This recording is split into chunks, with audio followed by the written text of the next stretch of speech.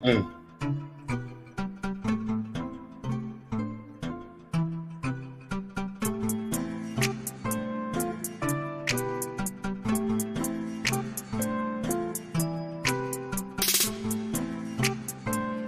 2020 was a bitch.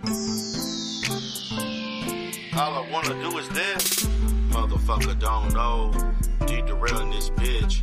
Niggas like to go low, but they can't get with this. Nigga trying to make money, starting off real hard. Nigga couldn't even go.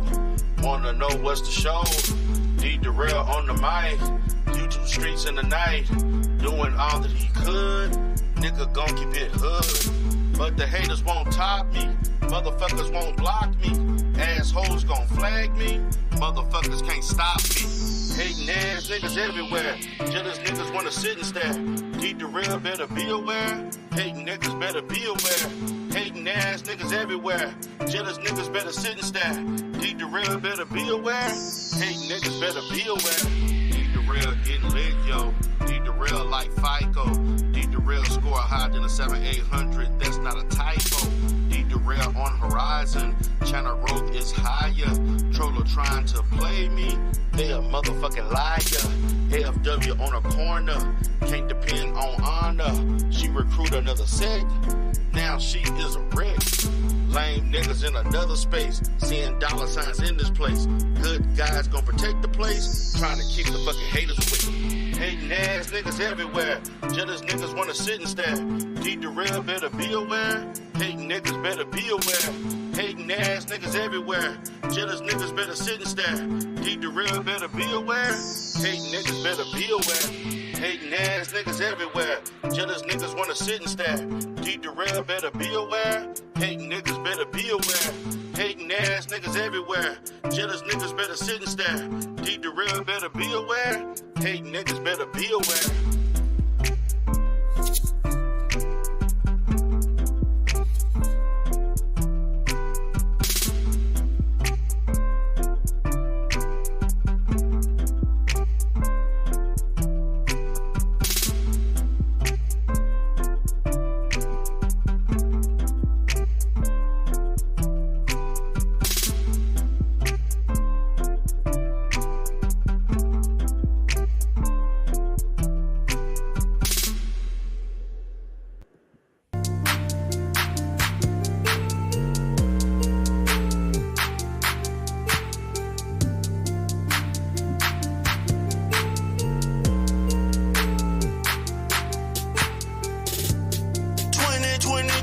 Was a bitch. All a nigga wanna do is this. Gotta make that money. 2022 was a bitch. All a nigga wanna do is this. Gotta make that money. 2022 was a bitch. All a nigga wanna do is this. Gotta make that money. Calling me the sector godfather. Type D the real name, the sector get bopped. They said that I'm the nigga that they all love to hate. Fuck the damn chat, nigga, I say it's okay. Motherfuckers want the good guys to come back. Wanna beef with real niggas cause they channel whack. Had the church sector in a motherfucking frenzy. Crazy ass nigga KOM tried to see. 2022 was a bitch. All a nigga wanna do is this. 2022 was a bitch. All a nigga wanna do is this. 2022 was a bitch. All a nigga wanna do is this. The sector wanna see a new beef every week. Especially from new niggas that wanna beef with me. Some say it's fun and some say it's hard. Trigger the bitch nigga, so he exposed the void. Took a trip to Vegas and we was Vegas lit. The haters saw the videos and they say ain't that a bitch. Left the damn sector, said my rivals tried to take my title. How the hell you try to take my title? I ain't got no fucking rival. 2022 was a bitch. All a nigga wanna do is this. 2022 was a bitch. All a nigga wanna do is this. 2022 was a bitch. All motherfucking certifications came from my license and they came from my accreditation. All the fucking hating don't stop. The Godfather still came on top. Motherfuckers wanna take me down. Wanna see my dollars go from up and then down. The Godfather gon' win anyway. I end the fucking year with fuck the DBA. 2022 was a bitch. All a nigga wanna do is this. 2022 was a bitch. All a nigga wanna do is this. 2022 was a bitch. All a nigga wanna do is this. Gotta make that money. What's up the speed? Easy. Hate niggas like. Hate niggas like. Hate niggas like. Hate niggas like. Hate niggas like. Hate niggas like. Hate niggas like. Hate niggas like. Hate niggas like. Hate niggas like. Hate niggas like. Hate niggas like.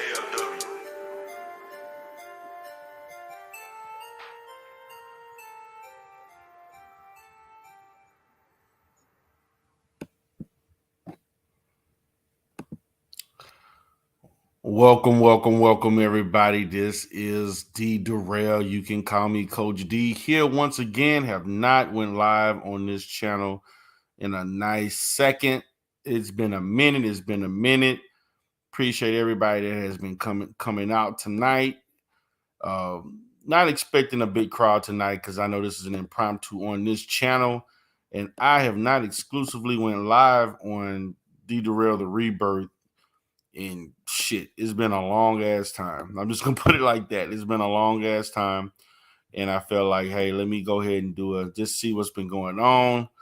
Kind of chop it up with everybody in the Manosphere sector. Those who are adjacent to the Manosphere. This is your boy. This is your therapist. This is your coach, Coach D Darrell here once again, chopping it up with everybody.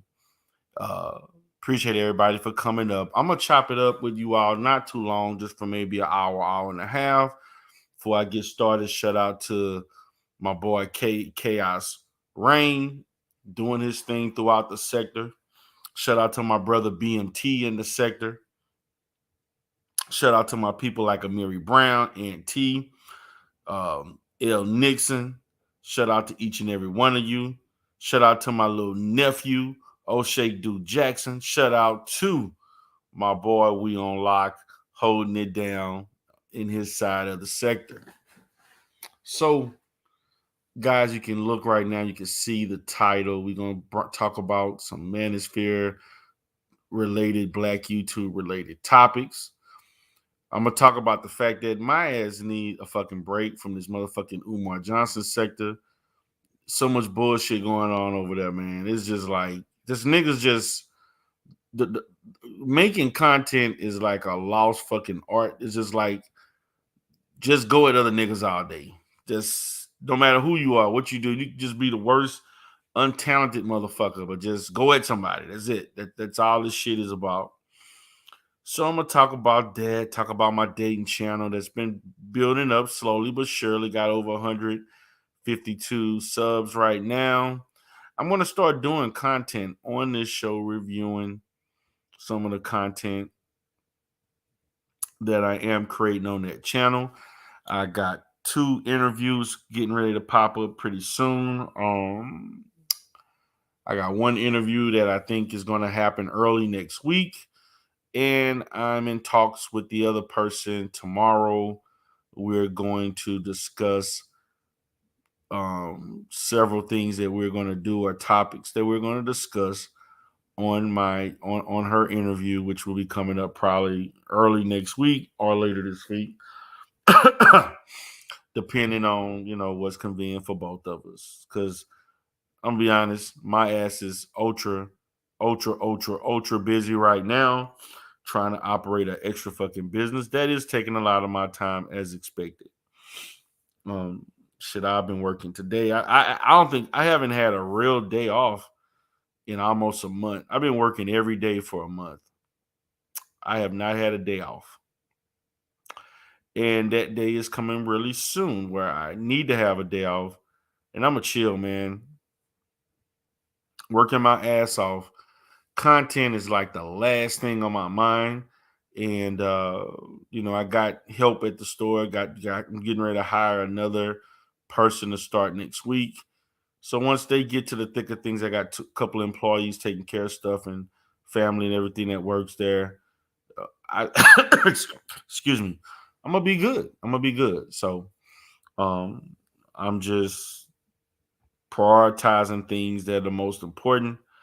And like I stated to some other people, hey man, I'm focusing on the money, the bullshit on YouTube.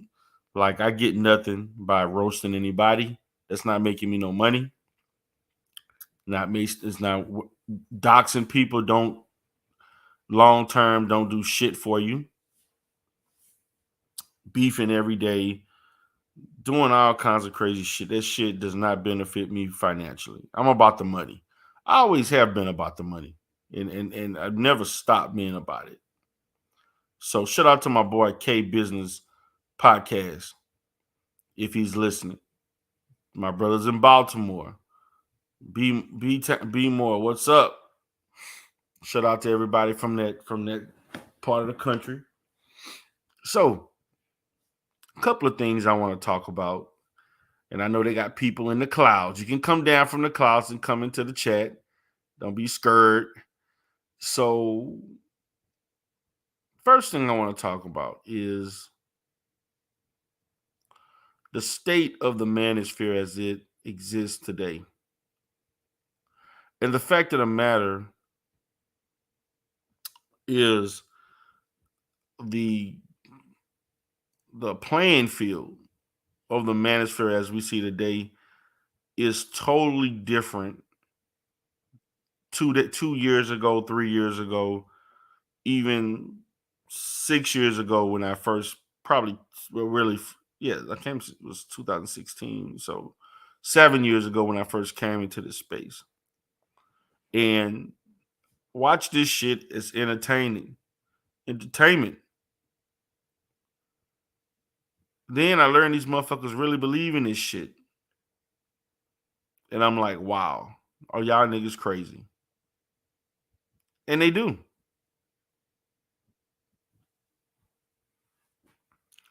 But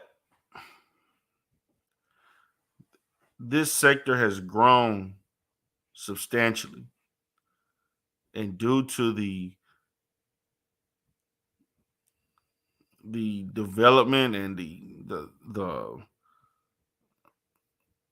arrival of Kevin Samuels channel blowing up the way it did, because Kevin Samuel been around for a second.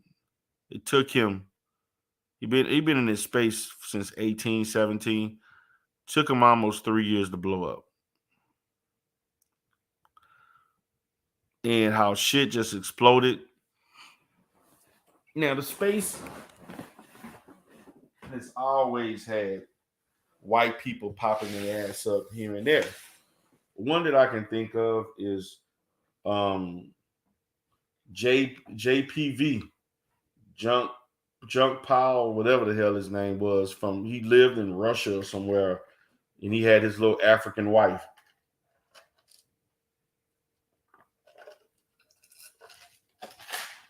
And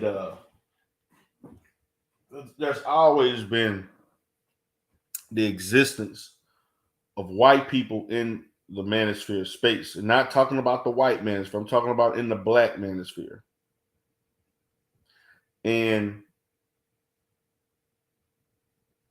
no white person that has ever entered this space done anything of any consequence. They actually made the space worse. But what I can't get, and I'm talking about men and women,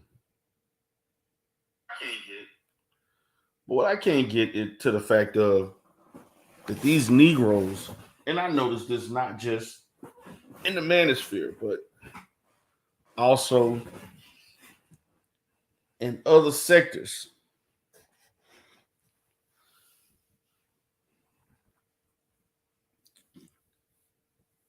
have this propensity to just open the doors for anybody to come in and say what the fuck they want to say, when they want to say it, how they want to say it. And you got motherfuckers like this guy with the purple fucking hair, Destiny. You know, I was checking out my girl Womansphere. She showed this lady named fucking I think Booty Bree or some shit. Bree Booty, whatever the fuck. And I saw this shit this morning. And you got these niggas up in here pandering to the Manosphere. You got fucking Just Pearly. And these motherfuckers are making a killing. And when you are co-signed by a founding father like Obsidian, you can pretty much do what the fuck you want. When these niggas co-sign you, niggas who've been in the space and who have a certain level of success, they will co-sign you. When they bring you on their platform, the sector accepts you. I've seen this done countless times. I've seen this done when Obsidian interviewed Danica. Dope discussions out of St. Louis. I known of Danica, and she started coming into the space back in, I want to say 21, but definitely 22. I known about Danica for years. I knew about Danica back in like early 2020.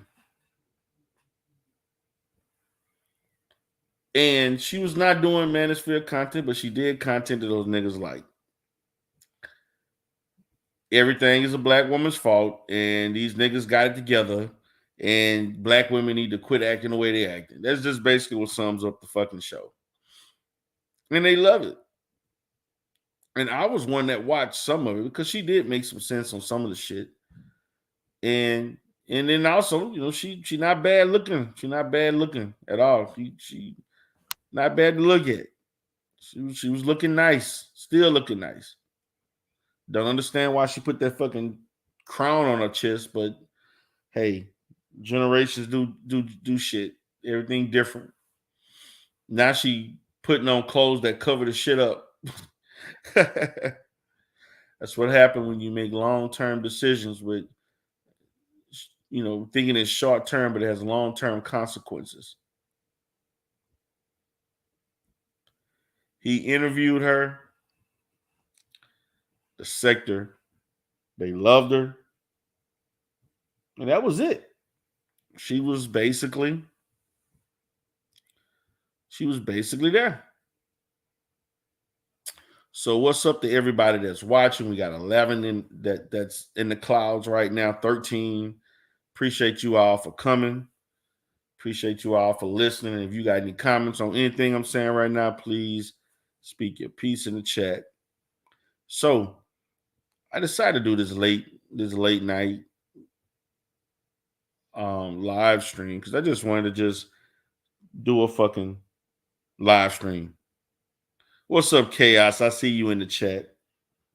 What's up, brother? Appreciate you for coming in.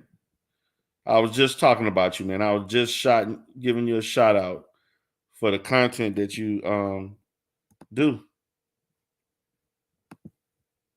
Appreciate you for coming in. So you got people like Destiny, you got people like Just Pearly White. I remember they had motherfucking Dirk Nowitzki. Some other person they found out was another white guy, was on Mr. Fantastic channel. Had white people on Jessica X channel talking shit. What's up, Amiri? What's up, Amiri? What's up, Chaos and Amiri in the house? Like, you got people like this in the space who have an ulterior motive. And that motive is to merely make money off your black asses. That is the motive. 17 in the chat. What's up? Their motive is to merely make money off of your fucking ass. And if they can't make money, they're going to go somewhere else. So the question in a myriad or chaos you can ask, why did Jess Pearly choose to come to the black manosphere instead of the white manosphere? And there's reasons. It's obvious fucking reasons. The main reason is the white men see her as low grade and ugly. And she would not stand out against the other women in the white manosphere.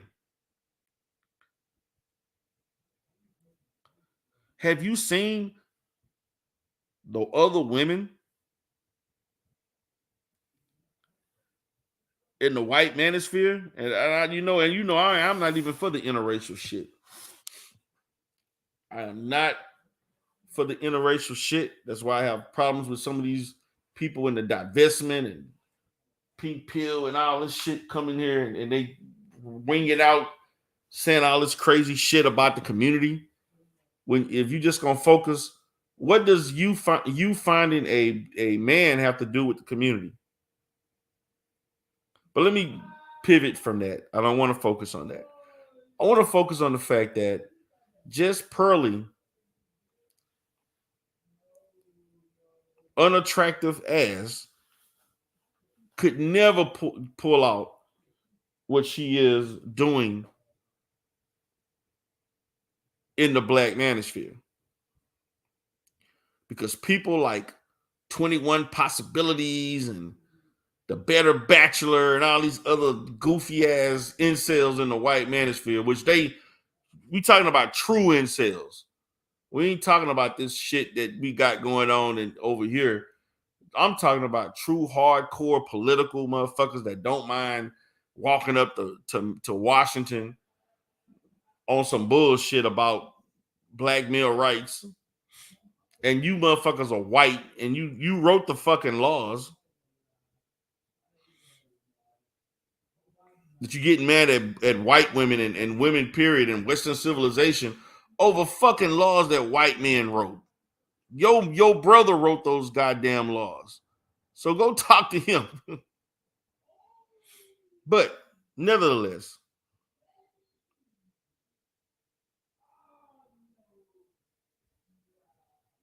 the fact of the matter is that she would have never stood out. And yes, she does sleep black. What's up, Miss Queen Sunkiss? How you doing, Queen? Good to see you here.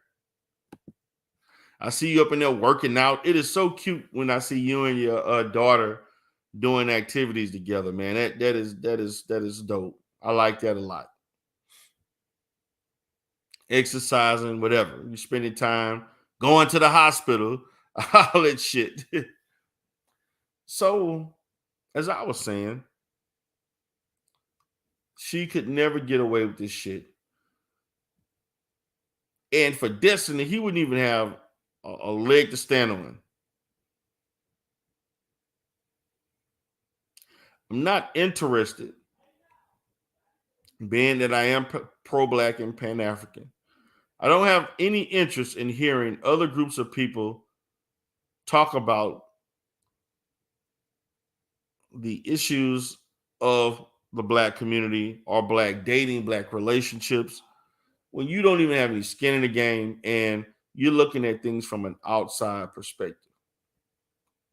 Jess Pearly may sleep black,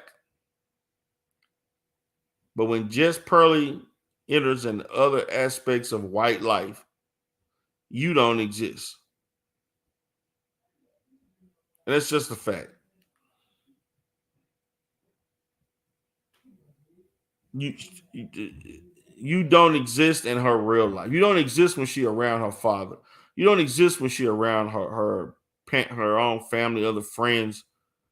You only exist to her on YouTube when she is trying to make a bag off of your ass.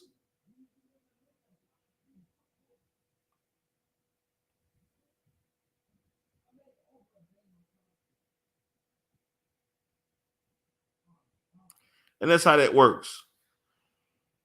What's up, TMK Media? Dr. Bombay. What's going on? Miss Queen said, well, if she sleep black, don't don't that make her part of the black community? No, it doesn't. No, it does not.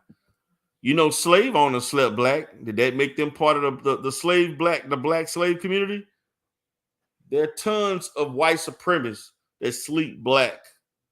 There are tons of people who claim that they're down with the black community that sleep black.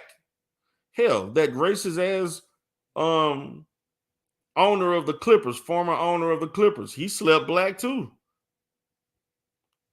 I don't mean shit.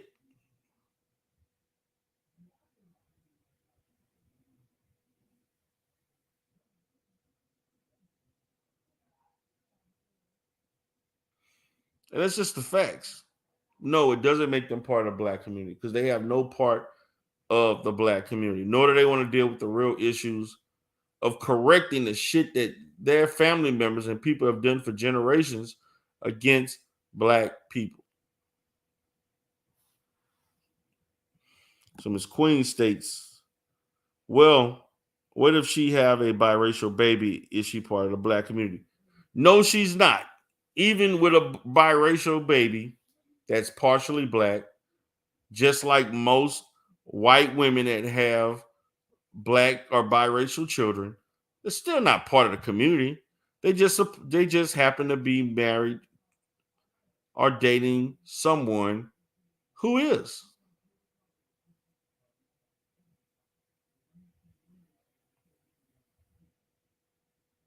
And that's just the facts.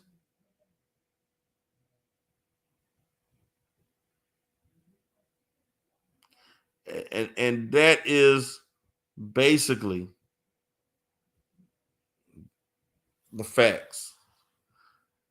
Queen said the Roger Report said they are. Man, the Roger Report can kiss my ass. That illiterate ass Negro. The last time I talked to the Roger Report was the fall of last year on Sergeant Charles Faulkner channel. This Negro lost his mind trying to debate me, saying some of the most erroneous ass shit. Just was so stupid, man. He was more stupid than BGS. I was like, what the fuck? This nigga came up here and started talking about black women raise their children to hate black men and all this other shit. And black woman did this and don't know how to read a lick of fucking statistics. Trying to promote rhetoric that doesn't exist.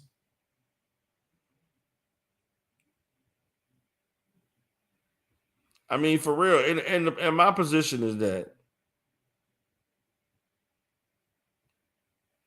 these niggas refuse to listen to the truth. This nigga say so. The Roger Report say some of the craziest shit. And niggas start saying, yeah, I heard about you, D. Darrell. I heard about you. I'm like, okay, what you heard? I don't give a shit what you heard about me. And that's the thing. These Negroes love to say crazy shit. That's why I understand how Amiri do it, man. I used to do that shit like I debated BGS on, was it Amiri's channel? No, it wasn't Amiri or somebody channel. He didn't have answers. He misquoted research.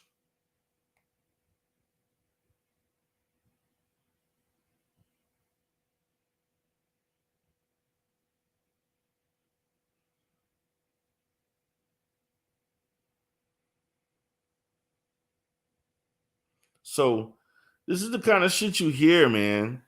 And yes, they say a lot of crazy shit. Yes, he does. And not just him. This motherfucking Green Gorilla, another one. Then I see this therapist called uh kosher clinician. Oh my motherfucking god! I saw a video with him and Kendra D, another panderer,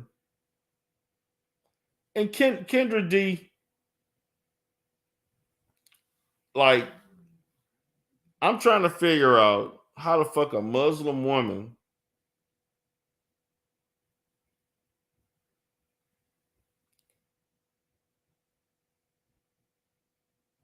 just say some of the she just said some of the craziest shit. Pandering, pandering, pandering.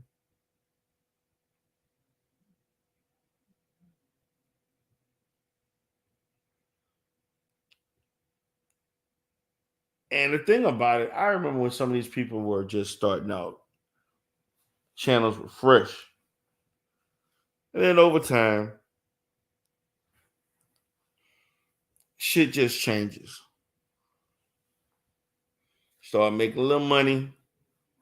People in your ear about your content. People want to collab.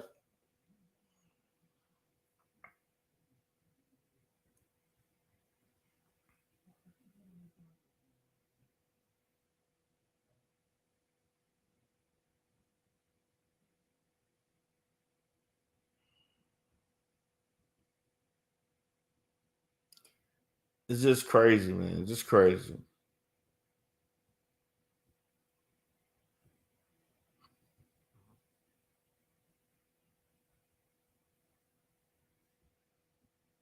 So just kind of thinking about this stuff, man. This is the state of the manosphere. This is the state of the goofy ass shit that these guys do over and over, man. Like I'm saying, this revolving door year after year after year.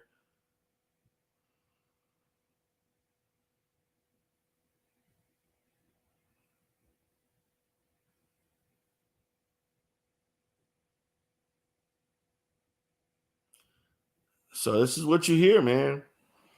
So I appreciate people for coming in.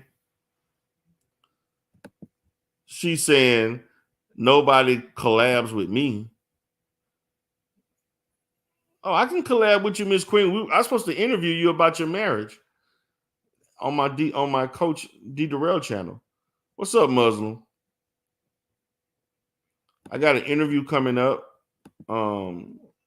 in a couple of days, hopefully, and then I got another one later that week.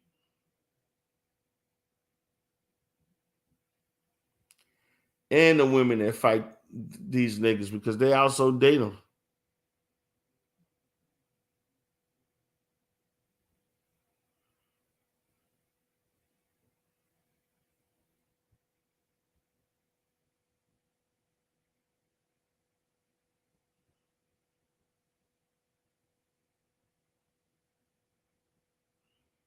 So this is the shit, man. This is the shit. So that's kind of what I've been looking at. And again,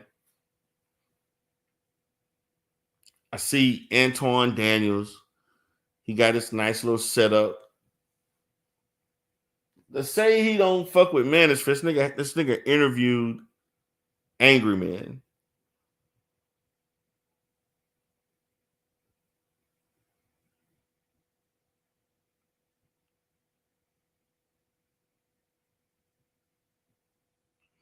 So this kind of stuff I want to talk about. Touched on the Umar Johnson segment a little bit.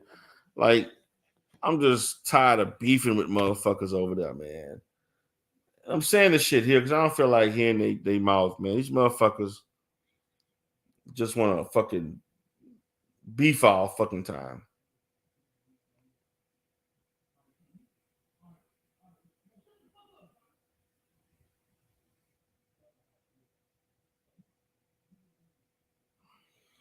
So, yeah, he's a terrible human being. Muslims say the interviews are nice. You can't go wrong with them.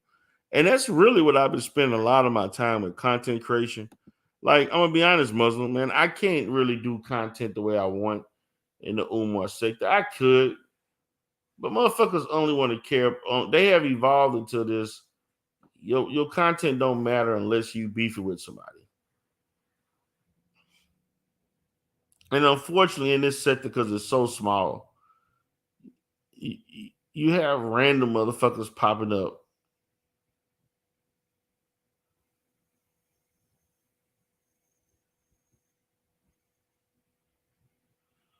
So, a terrible person. Interviews, yeah, man. I got 2 interviews coming up, Muslim. Nice interviews, real nice.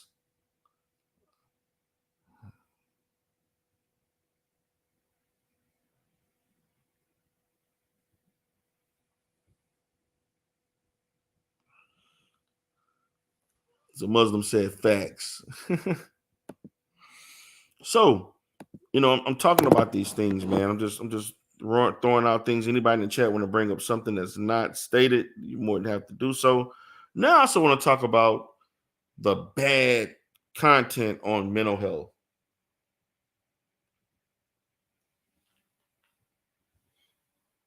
And I'm referencing the Lapeef show and Antoine Daniels and his crew.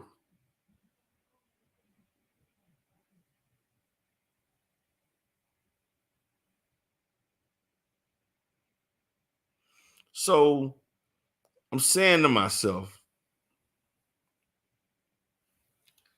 you know, I'm listening to Antoine talk about how questions about why are the black community talking about therapy healing everything or curing everything.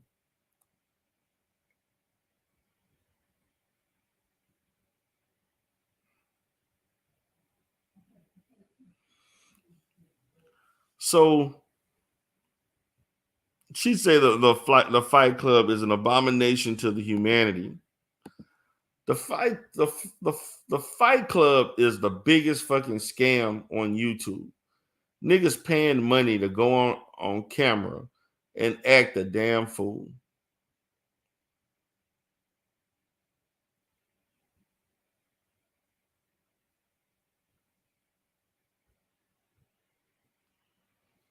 So also with that, they talked about the therapist who claims she don't provide therapy for black men.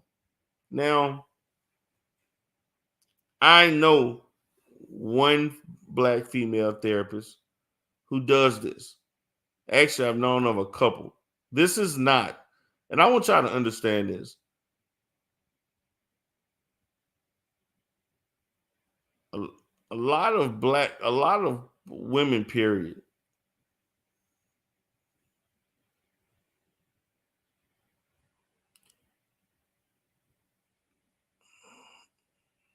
you know, I'm okay with hearing different points of view.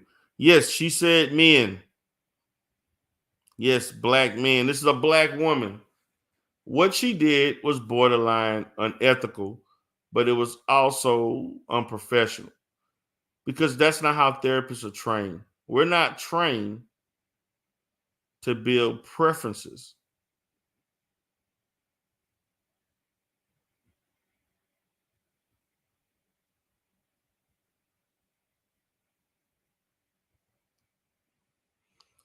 So these are the things, man. This is the current landscape of this space and things you're going to hear. Because as you know, when one person got something popping, everybody doing it. Look at the channels that are doing stuff on Kevin Samuel. These are some of the biggest fucking clout chasers I've ever seen in my fucking life.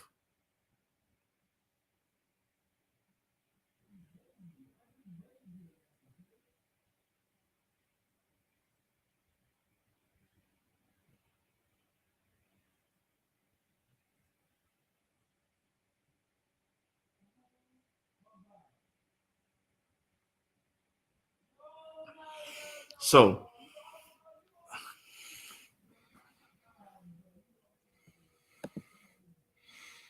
what's up, Carrie Ann? She said, I thought therapists regularly picked to specialize with either men or women. No, that's not true. We are trained to provide therapy for anybody that walks through the door.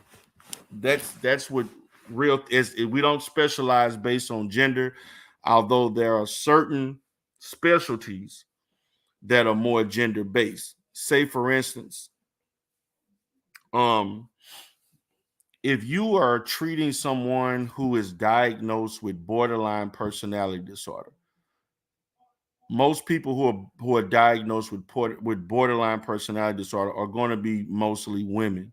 So that clientele, if you specifically deal with that clientele, you're going to see more women.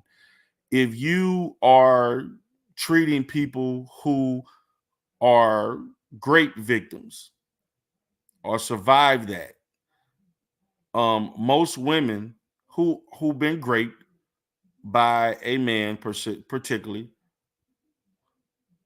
are going to see a woman, and even as a male therapist, seeing women who have been great, who were great, I would refer them to a woman. Well, yeah, and I can understand you wouldn't go. You as a consumer have that choice, and that's fine. But as a therapist, you don't necessarily always have that choice. As a consumer, if you're a woman that don't want to go to a male therapist, you have the right to do so. And as a man, if you want to go to a male therapist, you have the right to do so. But as a therapist, you are trained to treat everybody that has a mental health issue or particular issues that involve uh, psychological services.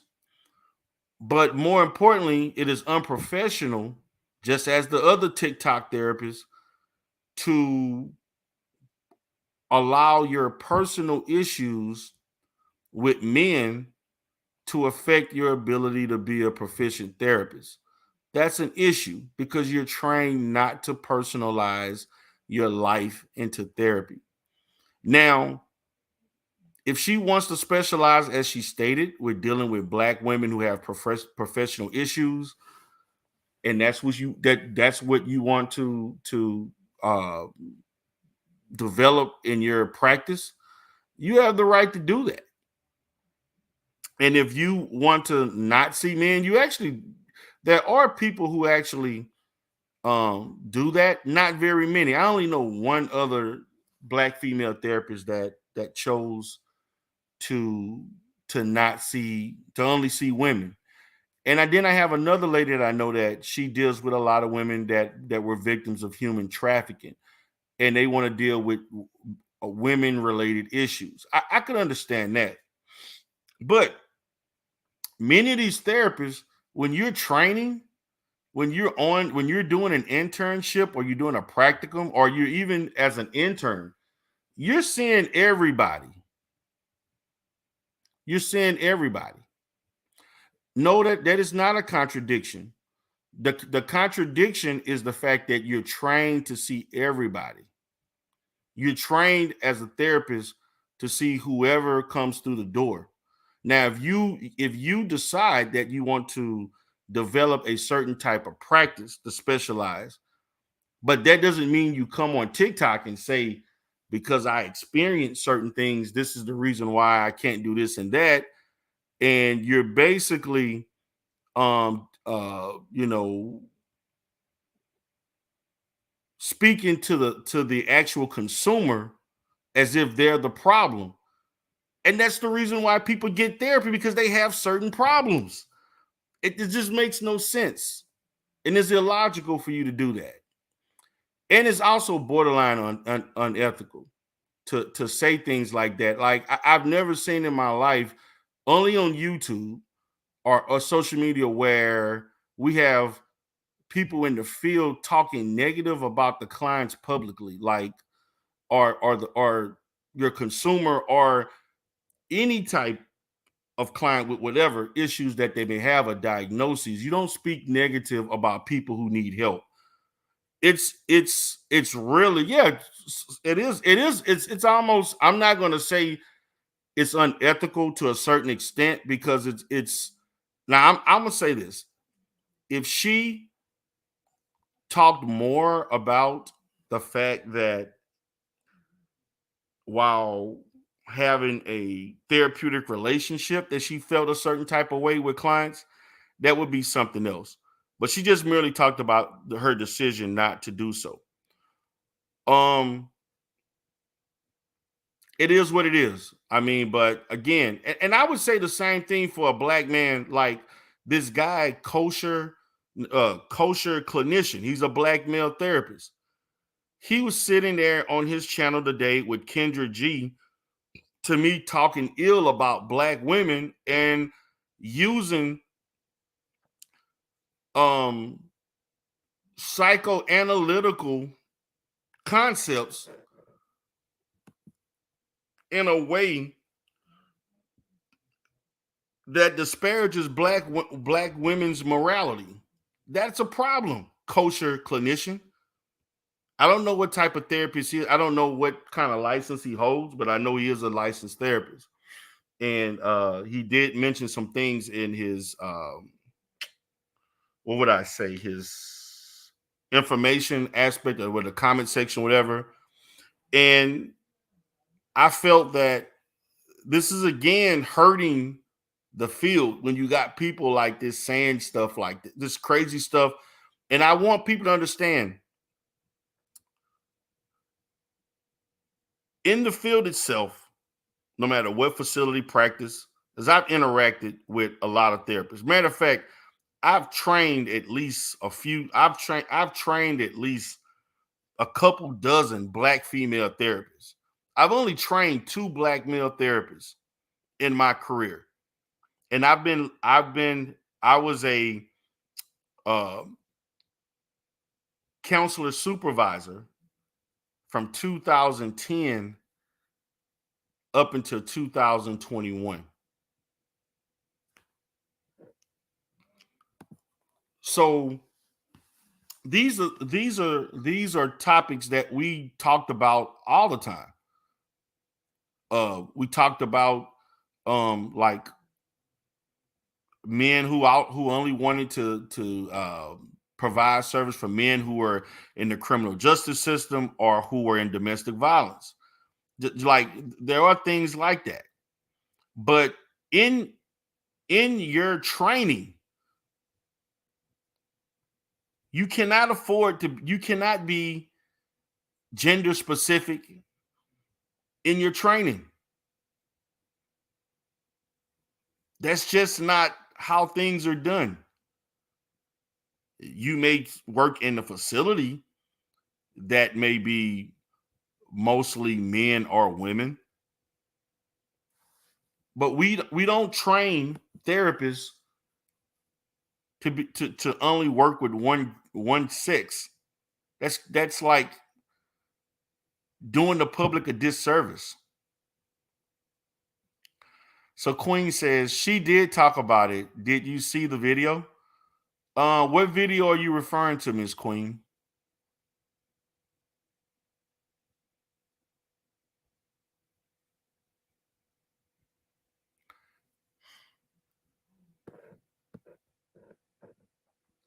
And so, can you get in trouble if turn a person away?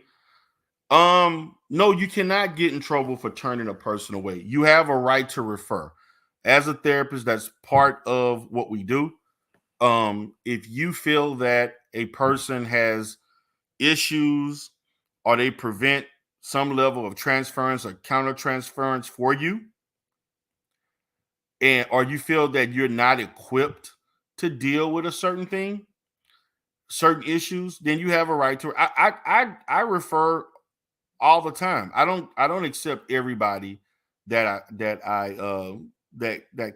basically look me up for services.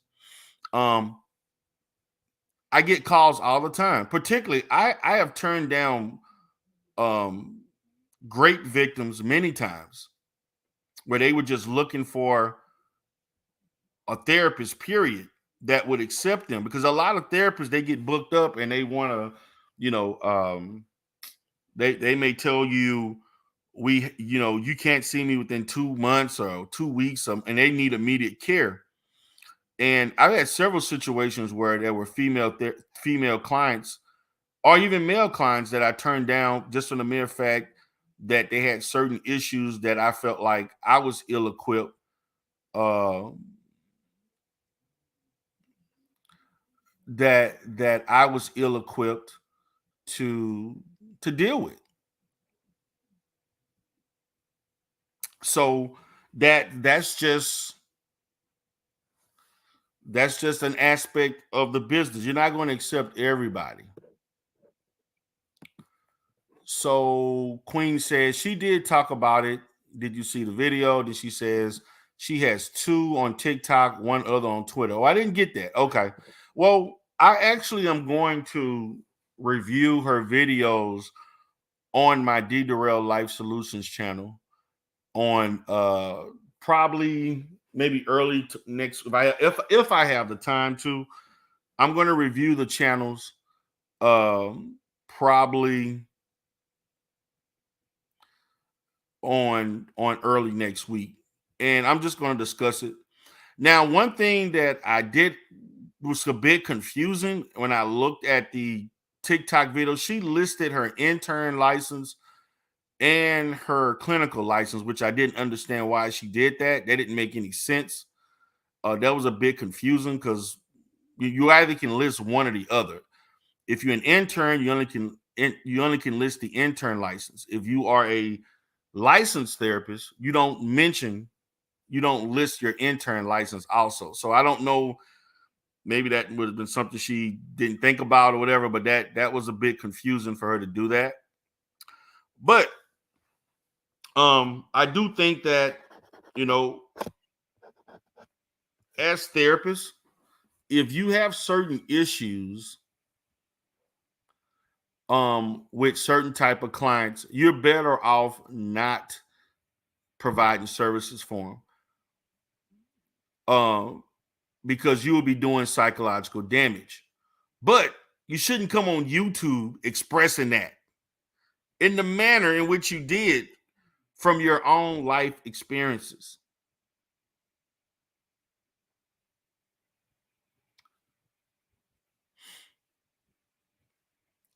And you should not do that. Now, if she based that based on the fact that she had a lack of success with black therapists, I mean um with black males, I would understand that. And I think that would be great if you felt like, um hey, I've tried to train, I've tried to treat black males, and for some reason the communication's not there, something's going on. They just not, I don't think that I'm helping them. And you don't think that you're basically processing well with them. I get that. You're probably you're better with females. Okay, we get that. But I also would like to caution, if that's the case from a professional and skill level, then you may need to take some CEUs on improving your interaction with males in a therapeutic environment.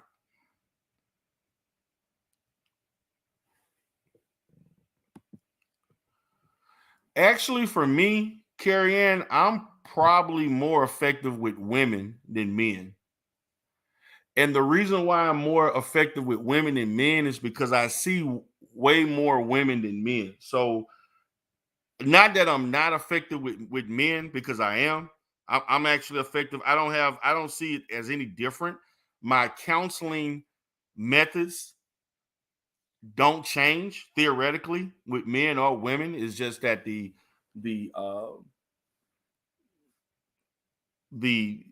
just maybe the as far as the interaction, then there's certain things and things like that. But I actually have helped way more women than men. I'm talking women of all races, because most of the time the clients that I have are women.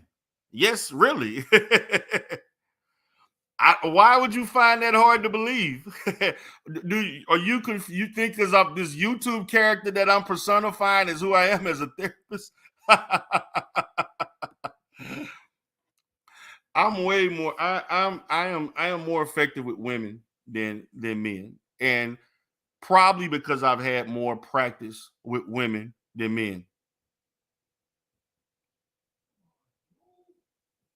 Now, I'm not being politically correct. I'm being truthful. Most of my clients are women. Most of my clients are not men. Matter of fact, very few of my clients are black men. And which is to me one of the reasons why I comment on this when I hear anybody, I don't care what race they are, whether you black, white, or whatever, if they talk about the issues of black men in therapy, that's the fucking reason why they're there in the first place, because they got problems that they have a difficulty dealing with. So what you're doing is discouraging a demographic that needs the therapy the most from getting therapy. That's counterproductive.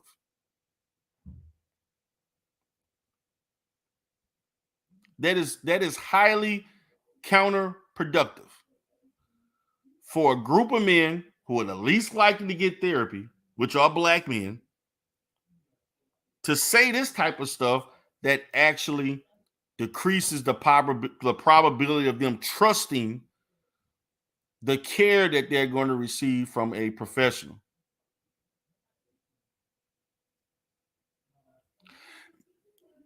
Just because men can talk to any, it doesn't matter. See, we think that it doesn't matter if it's a man or a woman. It's the skill level that counts.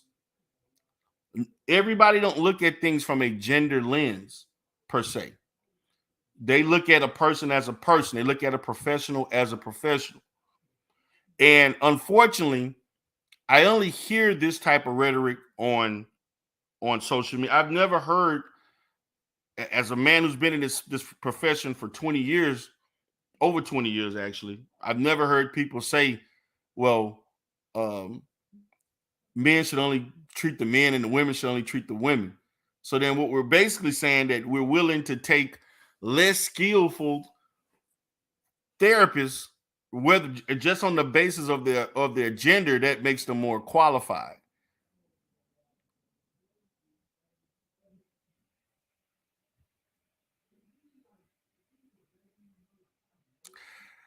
Okay, Carrie, and you're obviously taking this on another level that I'm not trying to go. So I will just let you speak your piece on that.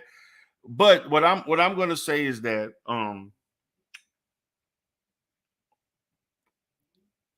professional therapists, clinicians should not be talking ill of any type of clientele that they've had, whether you had success treating them or not. If you want to do um, an all male practice, all female practice, that's fine.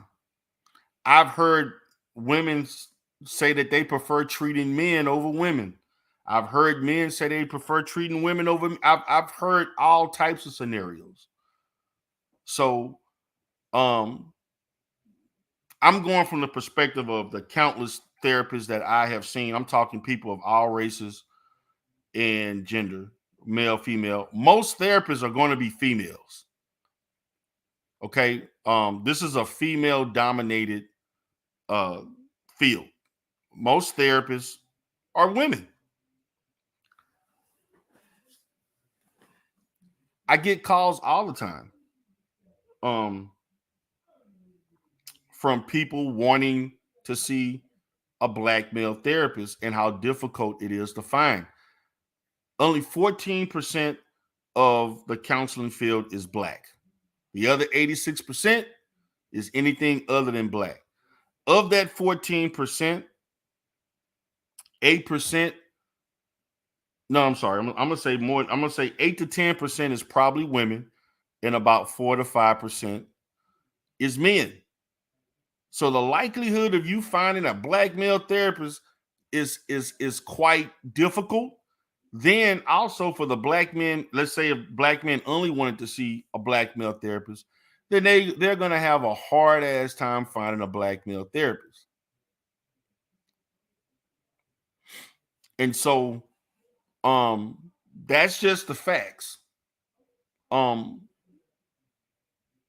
and many times when I receive referrals, particularly those that are through insurances or employment assistance programs, They're basically they basically want my services just on the fact that I'm a black male. And I'm okay with that initially. I mean, if that's what they're comfortable with. I have had, matter of fact, I had a guy, like I refer clients to like some of my other therapists that work for me. Like I may have a lady call in and say, I want to see a white therapist. I want to see a white female therapist. And so then I may have a man that says, hey, I like to see a white male therapist. I have that too. So the consumer has the right to choose whatever type of therapist that they want. But as a therapist or as the professional, the person providing the mental health services, you should not have the right to talk ill or in a negative light of the type of people that you're treating or could potentially treat. That's a problem. That is a problem. So that's basically what I'd say on that. But um Miss Sun Kiss, I'm gonna definitely check that out. I only saw one video, and she said some things about, you know, I don't need you in my DMs. I don't need, things about I don't need you doing whatever, and the fact that I experienced this and that with black men, and I don't need more of that. And I'm like, you're talking to people who need help, and that is not a professional way to engage with people that need help. Just kindly refer them to somebody else. But then again, people say and do anything on you on social media, and they say um all types of triggering things for attention. I think that's a problem. Yeah, I appreciate that. I definitely like to see that. But just like kosher clinician, kosher clinician was speaking in a certain way and saying certain things, and he's using a theoretical stance that most um therapists or mental health professionals don't even bother even practicing or studying for the most part. And if they are, they're modifying it to meet the needs of present day. And when you start speaking in absolutes about women or men, that's a problem. When you start speaking in the majorative about things, and you're using research as a matter of fact, and research is not a matter of fact. Research is a matter of probability that something may not happen. And as he was interviewing Kendra D, I mean, I'm sorry, Kendra G, or whatever her last name is, whatever.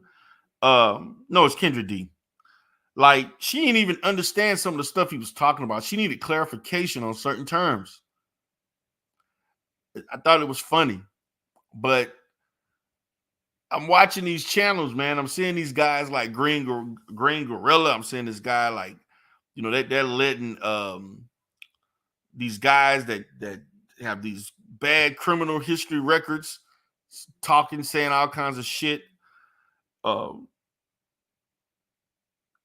see these guys pop on Bernard Riley channel saying all kinds of crazy shit. And I'm like, wow, this is where this shit is like. But more importantly is this. As I was talking to Chaos Rain, I see YouTube as a playground for people who have certain internal issues, and the fact that they have ulterior motives. And one of the biggest motives is I want to say things to make money. Whatever it takes, I'm willing to uh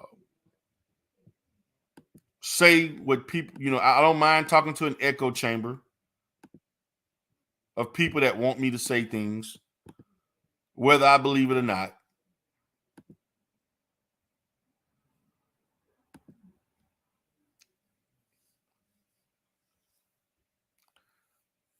And whatever happens, happens. So if anybody wants to get the link, you can come up and get the link. And I'll be more than happy to chop it up with you.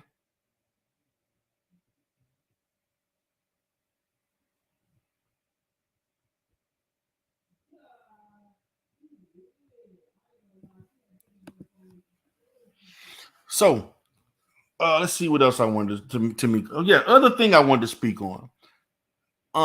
Mental health related. As I look at this person by the name of Jaguar Wright, I think, and I'm just following because what I do sometimes when I'm looking at YouTube, I follow people like her that I see that has a lot of erratic behavior. Um, some of these other YouTube characters like demised and things like that, and things like that. Then I see all of these other guys that come up here and they say all this kind of stuff. That what's that guy with carbonation? That little whatever that Oh, like. you mean what's his name? Damn, he slipped my mind. I'm trying to remember who the hell that guy is. But these people, Nature Boy. Yeah, Nature Boy. These people have issues that need to be dealt with, that need to be treated. They're not in a good place. And coming on YouTube and posting things like that to me don't make it any better for them. It's obvious that her life is unstable, and it would benefit her if someone actually sat her down and told her to not be on YouTube and to get some treatment because she needs it, and to get her life on track and become more stable. I'm not saying don't. I'm gonna say not get on YouTube ever again. But it's obvious that your life is out of control. What's up, Amiri? What's up, Carrie? Mm-hmm. The real players up on it tonight. Anything you want to say? Hey, what's going on? How y'all doing? I'm good, Amiri. How you doing, brother? I'm doing all right. I'm doing all right. Enjoying the content. Okay. Any questions or anything that I stated, or any comments? No, I'm listening right now. I'm gonna chime in a little while though, but I'm listening right now. Okay, cool. Whenever you have something you want to speak, you're more than happy to say so. Hey, Carrie, any comments? I do want to say something. Go ahead, Chaos. We talked about this in regards to the importance of mental health therapy, and I harp on it. And I know it doesn't get much attention, and I get it because our people are still scared and skeptical of getting what is really the necessity to really make the actual change needed for us to really progress, and that's to get the mental order in check. Mm-hmm. Because wherever the mind goes, the body is always going to follow. And what you digest is what you're going to follow. Right. I agree with that. This lady, Deidre, it was very unethical. That's why I always question now with social media and TikTok, all these social media apps that. Yeah. Now I want to say something, Chaos. Hold on. It's not very unethical. It's what the reason why I know we're saying it looks like it's unethical. It's actually unprofessional from an ethical standpoint. It's not as unethical as you may think it is, and I'm looking at it from the basis of how the laws are written and the ethics is written for professional therapists. She didn't cause any harm to anybody. She didn't do anything that. Now it'd be different if she spoke of being in a session and she said some things, but it's a difference between being unethical and unprofessional. So I just want to make that clarification because I don't want people to think, just because somebody did something that is all of a sudden she violated an ethics code, and I don't think she did, from my perspective. Okay. But I get what you're saying, but I'm just as a professional, I just want to just kind of make that note. But you free to have your own opinion. I'm not trying to sway anybody's opinion, but I'm just speaking from studying ethics and knowing how it's written, because the ethics for therapists pretty much, if you look at it, we have a national ethics, and then every state has their own type of ethics that is very similar, and most people follow the NBCC code of ethics per se. But go ahead, Chaos. Okay. Um, but it's let me know that a lot of people that's when they do their profession that the frustration gets to the point now they can't hold it in. They gotta like express it to the whole world to see. And let's be honest, Darrell, if there's no consequence, because let's be honest, if a dude said this, we all know what's gonna happen. I think a lot of ladies are frustrated, and I guess they're at a point in their life, depending how long they've been in that profession, say, screw it, I'm just gonna tell my truth, and whoever accepts it, oh well, you know, screw you. I said what I said. I'm gonna continue this practice, and now I'm opening the doors for the opposite sex to come. I deal with them, and it lets me think. Say, are you being real truthful? If you're already frustrated and you're going through problems yourself in your own life, that's reflected in the workforce, because things are reflective for you to go out there and say that, because people should have the right to have some question. They just don't go in there and say you're a therapist, I'm going to take you. No, because something that they don't like or they're not aware of or will inform, it's going to hurt them either in their pockets or something. So I understand why people question the credentials, or some avenue. And all she had to do is say is, okay, thank you. I'm not the person. Move on. Simple as that. But go ahead. Well, as it relates to that, I'm not going to question her training, education, anything. I think she probably is a competent therapist. I just think that um, what she stated and how she stated it was a bad look for her professionally. And things like that. That's kind of what I just think it also hurts all of the improvements and the that and the I would say um the level of black community participation out that we have made in the last 20 years. We don't need therapists coming on YouTube. I don't care if they're talking about men or women, talking about the actual consumer or client in a certain light, because as and even all the gains that we've made in the community, it's still low overall. And I just think that this type of things it hurts the public trust that black men may have in therapists, period. Not just if it's a woman, but therapists, period. And that's my concern in regards to that. But let me go ahead to Carrie Ann. Hey, Carrie. Hey, thanks for having me up. Yeah, I'm listening. I'm enjoying the conversation. I'm glad you brought this up, and I'm glad to hear a black man talking about this in a way that's not all angry and reactionary, like so many of the response has been to what she said. Right, Which is why I don't even engage with the manosphere or angry ass men or women on the internet like that. right. Because I don't think it's healthy. So I feel comfortable saying this here. I don't know how well it's gonna be received, but I'm gonna try. I'm gonna say it anyway. I have my criticisms of men and the way men treat women, and not that I don't have criticisms of women, but I just wonder if anybody actually listened to what she's expressing, because what she was really talking about was her experiences with misogyny.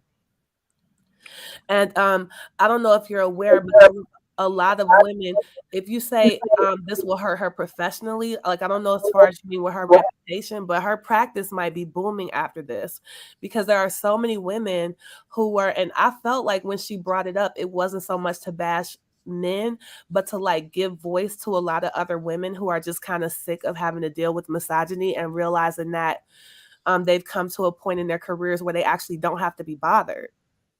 And there are a lot of other therapists and people, women, a lot of women in the service industry were saying that they had similar experiences with men being disrespectful or sexualizing them in an inappropriate way, and that they had either gone all women or left the profession.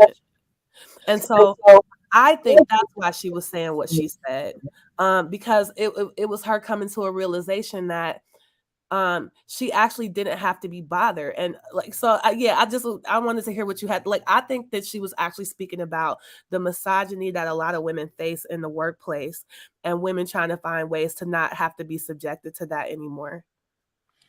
Okay, from that perspective, I understand what you're saying. There's two issues with it though. I do understand what you're saying. I do respect what you're saying. First thing is first.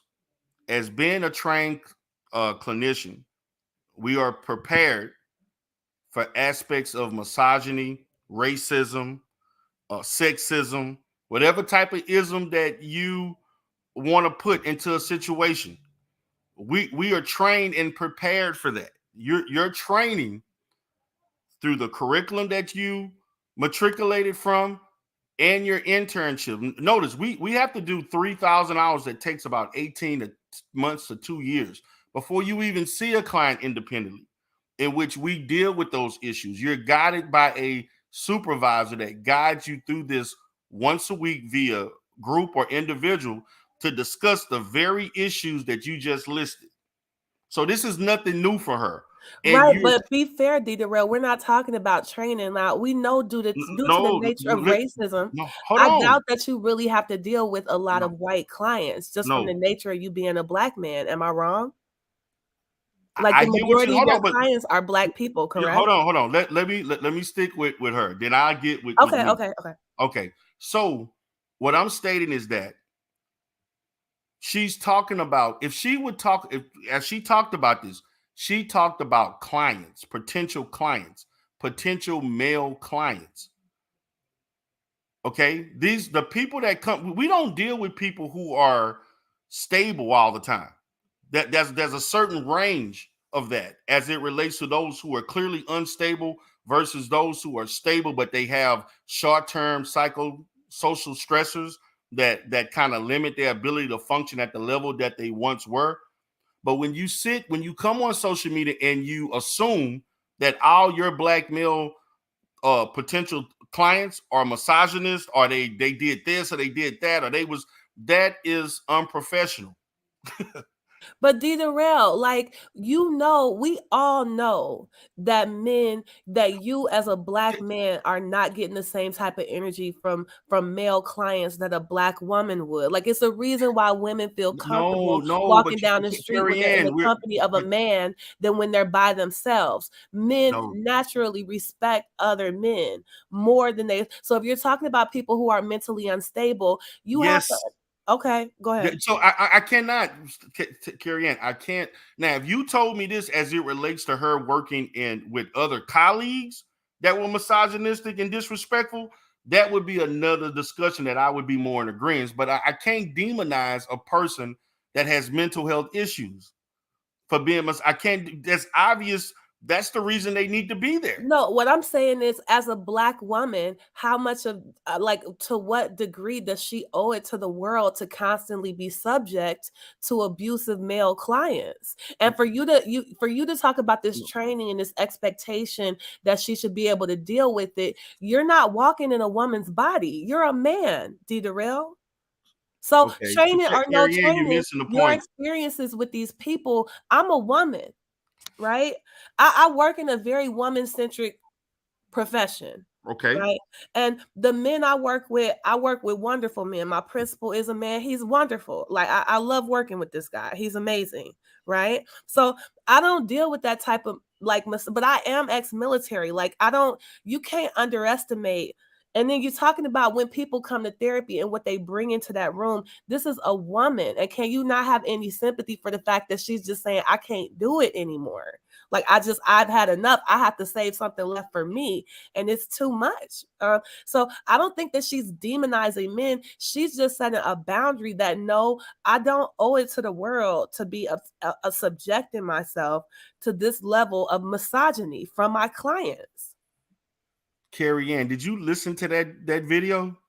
Yeah, I did, and I listened to a Okay, lot of so responses to it. wait. So if you listen to that video, she clearly personalized her own issues into her therapy practice, which is, to me, that's an issue. I think she was talking about her experiences and the way that these men are treating her. I don't think I think it's belittling to say her issues. She was talking about specific things these men are doing to her. So Carrie Ann, let me say this. Go. And I'm gonna speak of the dozen or so female therapists that I've trained as a therapist, as a supervisor, and I'm also going to speak of 90% of the colleagues that I have are women. Okay. Yeah. And this thing of her, and listen, I don't know what she experiences with her male clients and everything. There probably have been a situation where a client comes on to you, yes, a client may say stuff, and shit, that happens to men too. This happens. That's one of the reasons I wouldn't go to a man therapist, because I think I might end up wanting to fuck him. Yeah, dude, that's not right. Exactly. But hold on, Carrie Ann. Listen, Carrie Ann. But this is the thing. That's not going to be the every day-to-day experience. Like, you may have a situation like that may happen a few times a year or so, depending on the environment that you're working in, but you cannot. And and again, I get what you're saying. She probably dealt with a lot of issues where the guys probably did not respect her as a female therapist. They probably said some sexist things. They probably said some misogynistic things. And I get that, because I've had female therapists that have talked about this stuff. Yeah. However, that was not like a more recurrent issue. There were other things that were way more, as far as an issue than stuff like that. And so, well, it wasn't just sexual things. It was hostility. They turn up on her.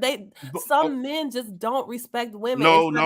But Carrie Ann, these men are sick. They're sick. Well, these are sick.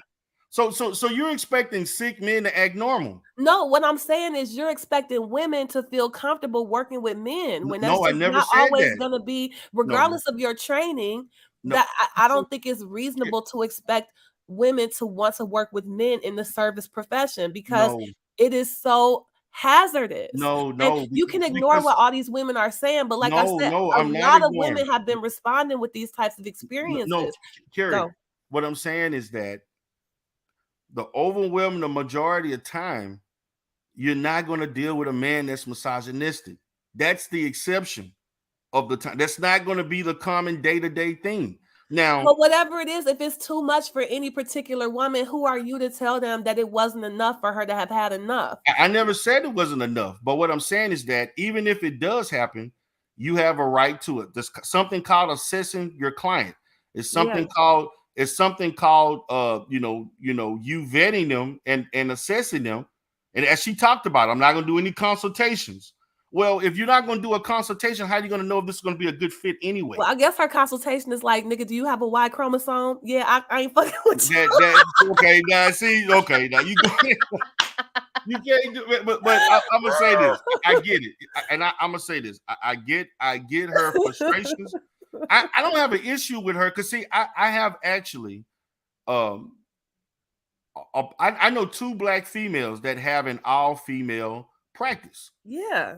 This is not something I've never seen before, never heard, but that is not very common. Like, I just think women should have that freedom. I'm a feminist. They do have that freedom. I don't think men and women are equal. Like, we're just not the same thing. Just because I'm a feminist, a woman working with a man is not the same thing as a woman working with a woman. It's just not. And when it's something so intimate, and as you expressed, sometimes dangerous, it's unreasonable to expect to cast a woman as unprofessional or hateful just for wanting to work with women. I'm sure there are women who can work with men, but I just think there's a lot of reasonable women who would just prefer not to be bothered. Well, I'm gonna say this: most female professional therapists don't have a problem treating men. I'm just gonna Well, say, it's like you said yourself, though, it hardly ever comes up. yeah. I mean, because they don't have an issue. So when you're a Black woman therapist, the few Black men who are seeking therapy might want a Black therapist, and they might more often than like white women might have to. Black women therapists might end up having to deal with men more often than white women therapists, and certainly have to deal with men with different types of issues. And I'm just saying, I don't think it's a hateful thing, or it means she didn't do her training, or she should have been trained through it. Like, you know, women She have. was trained. No, I'm not saying that she wasn't trained, but just because you got trained in something doesn't mean that you should be beholden to do that type of work if it's not healthy for you. Okay, so again, I'm going to revert back to the process of treatment. Yeah. The process of treatment, you receive that referral. That referral may give you their psychological history. If you like, I've known. I'm gonna say this. I know most females, period, in our field, don't want to deal with sex offenders. They don't, especially Yeah, of male course sex not. offenders. Yeah, of They course. don't. Matter of fact, I know I'm gonna say 99.9% of all female therapists I know refuse to deal with male predators. Yeah. Okay, I get that. I understand that. And also the fact that then there's some that don't want to deal with men that have a uh a domestic violence or a very violent history. They Yeah. have the right to do so, but there's a process. There's a professional process of doing that where you're not taking in your personal issues Right. because of the fact of how men treated you in your personal life, and you're relating that to your professional experience. Whether or not these men did it or not, you have to departmentalize your personal from your professional. Well, And I just hope that there's a growing movement of women who where it's like acceptable for women to just want to work with women, you I know? mean, it is acceptable. Okay. Well, It's and like never I been said, it's never been unacceptable. That was the point I was trying to make. Like, this is the way she said it. Yeah. yeah, it's the way she said it, because there are plenty there's actually whenever you are let's say I credential with an insurance or something like that. Let's Yeah. say I'm trying to get on their board so I can bill for whatever clients that have that insurance. There are certain questions that they may ask you. Do you treat men, women specifically? Do you have an all male clientele, all male, female? Are you accepting all males and females, or only males, or only? So you have the option to have whatever type of practice you want. If you want an all female or all male practice, you have the right to do so. We're not taking anybody's right. You have a professional right to have whatever type of thing, of whatever type of clientele that you want. However, you can't come and base it on the negative experience you had with people who have clinically mental health issues, and say, I don't want to deal with this, and the way you said it and came out, in Well, public on social media. You can't do that. I That's feel you. not a I good. just feel as a non-professional, the way I took it was like it's a lot of women, like, I'm celibate. I've been celibate for over 2 years now. And I get a lot of content about women who are just focusing more on like self-love. Right. And so I saw it as her. I didn't see her saying like I hate men, or I had this personal experience in my personal life with a man. She's like, look, this is what working with men has been like for me in a professional setting. And like I actually don't have to do this anymore. And I felt like she was more just like with the celibacy thing, just because some women, it doesn't really occur to them that they can opt out of certain things. And it's a lot of, like, in my opinion, positive messaging coming from women, like, you don't have to keep subjecting yourself to certain things. Like, you can just say no. And that's how it sounded to me, but where I'm Okay. coming from with it. Right. I mean, to me, I'd really be honest with you. I really did not have a problem with the fact that, and to be honest with you, we as therapists, we are urged through training and practice, if we have certain type of clients that we are unproductive with and we have issues with treating, you're better off not treating that client. So I didn't have an issue with her doing that. It's just that, you know, you came on, you're on social media, you're already, you know, you're on social media with this perspective, and it's going to be looked upon a certain way.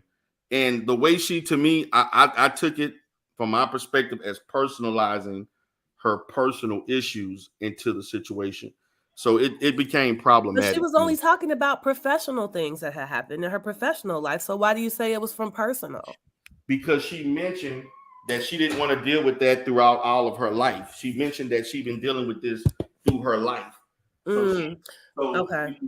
She mentioned that specifically. If she would have stated, and listen, I'm not here to kind of say what you should, you know, hindsight is what it is, but she kind of mentioned it as it, from my perspective, that it had more to deal with personally as it relates to her interaction with men in its totality, not just from that. Yeah, and when I heard it, I felt like it was more like a message to other women, like you can set boundaries and you don't have to keep going through certain things.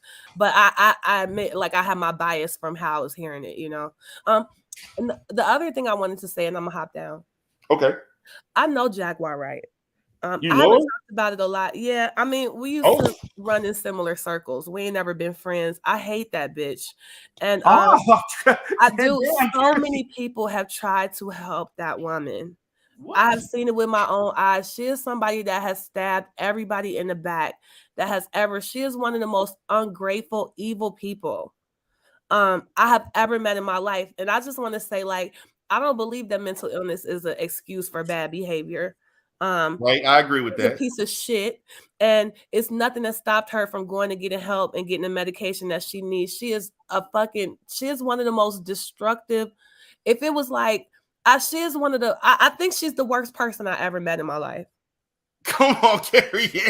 No. When you look at like the talent she was blessed and born with, the opportunities that she was blessed and born with, it's people that can sing better than her, that are more beautiful than her, that never got the opportunities that she got. And in the industry that she was in, I know personally that men treated her so well. There are women who would kill to have gotten treated and the opportunities that woman got. For real? Wow. Yeah, I don't know how much you know about her, and I don't really want to dox myself.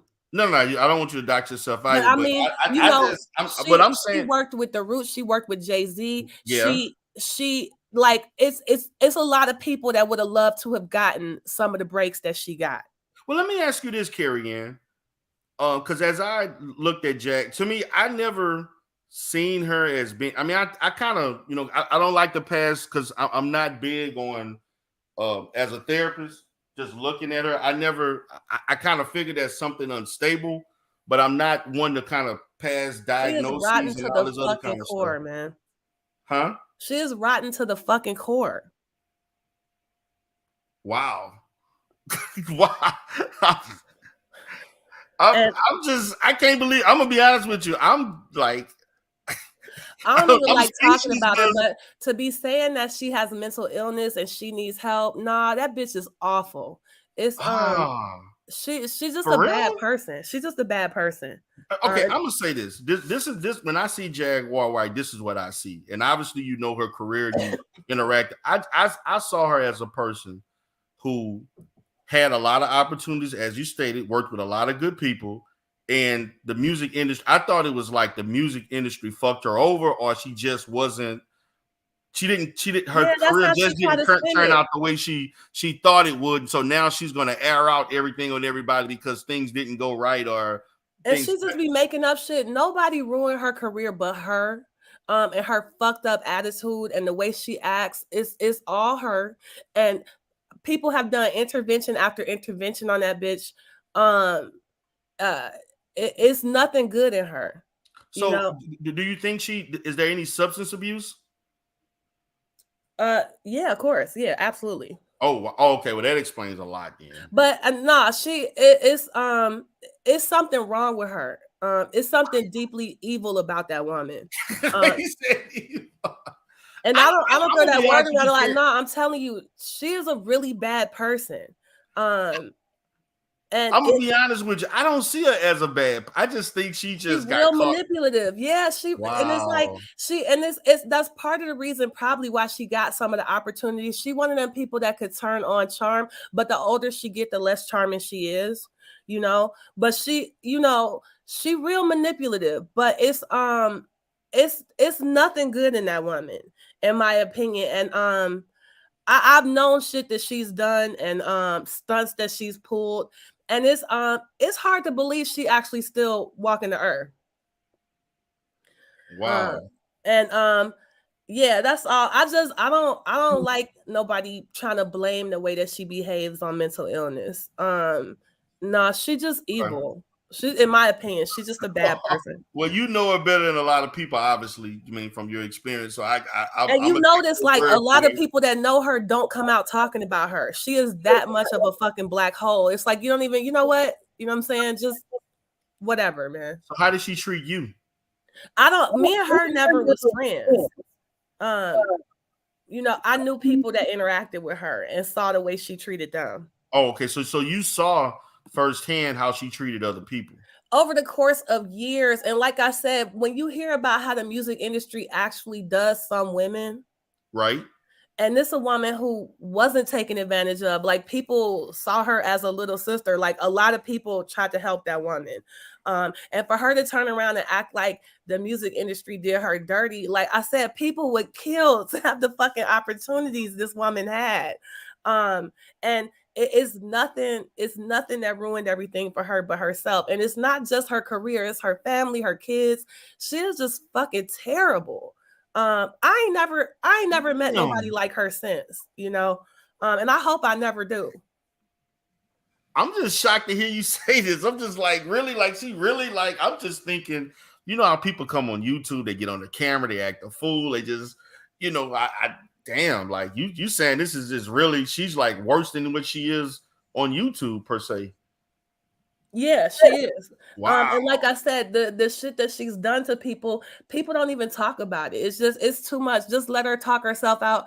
Everybody already knows she gonna destroy herself, so she don't need no help. So I don't want none of her behavior getting mixed in with mental illness or nothing. Like, she does have mental illness, but she is just a terrible person. Yeah, she just overran just her total character. So what do you think things went wrong for her? Like, was this something that was always the case, or it just I developed think she was born a bad seed. Damn. No, I'm serious. Like, before she even resurfaced on YouTube, like, people. Yeah, that's bad. That's seriously bad. That's bad. That's what I believe. I believe she was born a bad seed. I think she was evil. I think she evil. I'm sorry, but I wasn't expecting you to say all of this. I just was thinking, I thought you was gonna just give, your perspective of what she's done, and all this. You coming up with all more, I want to say is, I don't want nobody information. Yeah, I don't want nobody saying that's because of mental illness, because that adds to the stigma of mental illness. Right. No, she's just awful. She's just really, really evil. I mean, to everybody. It's no way to interact with her. Huh? Because they saying she's pregnant. Do you think that's a manipulative move, or is she probably really pregnant? I don't know. I haven't even been following her. Just even looking at her just make me feel sick. I don't even follow her shit. I don't know. I hope not. You really don't like this woman. It's nothing to like. And I hope she's not pregnant. I really hope that she's not. They claim, I mean, Chaos, do you have any confirmation on it? Because I know they said she came back out of jail saying she was pregnant. So that I don't know that, they said when she was released and went home, she talked about, I guess it's two guys that she was dealing with, a husband and some other guy. Question? Yeah, go ahead. No, you said, I don't know if you said my name a while ago. I'm Deidre. You said what? None of you say my name. That's what I'm going back. Yeah, I was asking, did you have any questions about, did you have any comments on, did you have any information on whether or not she was pregnant or not? What's the lady's name again? Jaguar Wright. I never heard this lady person. You never heard of Jaguar, right? Nah, man. Listen, this if she's a content creator, I'm not gonna come across every content creator, D-Rail. The Yeah, ones but that she's dominating the YouTube world right now. is this one black? Yeah, she's black, of course. How many subscribers you got? I have no idea. Do you know Miss Getting Carried Away? Or she muted herself? I have no idea. But well, if you don't know, just look at it and research it before you Or say don't even look it up. anything. Don't I just even her even having any influence, I just feel like it's just adding like a black evil cloud. Like everything that bitch touched she is so fucking evil. And mark my words, like people gonna see. Wow. Yeah, it'll come out. You'll see. I wouldn't be surprised to hear that bitch did anything. And I ain't even gonna speak on her no more. I just like I said, just a lot of people be talking about her. I just want to like say again, mental illness does not make people evil like that. Right, that's true. That is true. She got a black heart. She evil, and I do no really. I seriously believe she was evil since she was a child. Yeah. Wow.